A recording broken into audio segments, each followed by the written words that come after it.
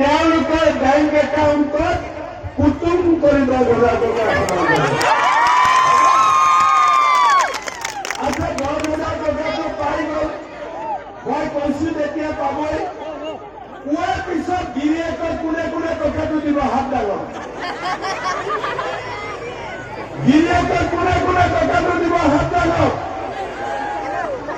কোনে নিদিওঁ কয়? আচ্ছা গিৰিয়েকবিলাকে বিজেপিক ভোট দিবনে নাই?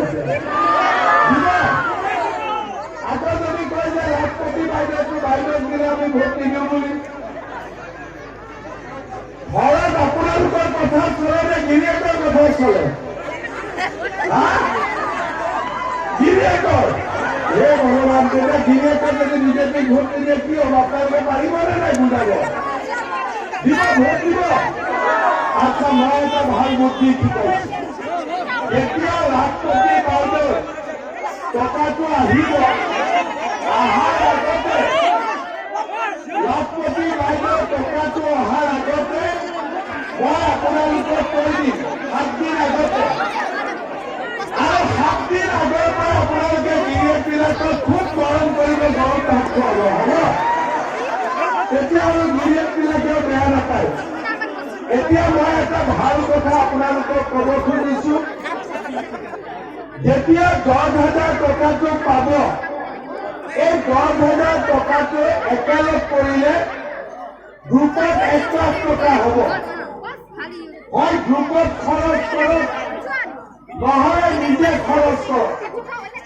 আৰু যেতিয়া এই টকাটো আপোনালোকে ভাল কৰি খৰচ কৰিব, তেতিয়া মই আপোনালোকে আকৌ 25,000 টকা আপোনালোকৰ বেংকত প্ৰথমতে 10,000 পোৱাৰ পিছত যিসকলে কোনোবাই গৰু, কোনোবাই গাহৰি, কোনোবাই মুৰ্গী, কোনোবাই বিহুৱান, কোনোবাই সৰু দোকান, পিঠা পনা, যোনে ভাল ব্যৱসায় কৰিব, এই মহিলাসকলক আমি আৰু 25,000 টকা আপোনালোকৰ বেংকত আমি সোমাইছো। 10 আৰু 25 কিমান হ'ল? 35,000 টকা। কিন্তু তাৰ চৰ্ত এটাই যে প্ৰথম 10,000 টকাটো আপোনালোকে ভাল কৰি ব্যৱহাৰ কৰিব লাগিব। 3 নম্বৰ, আমাৰ এই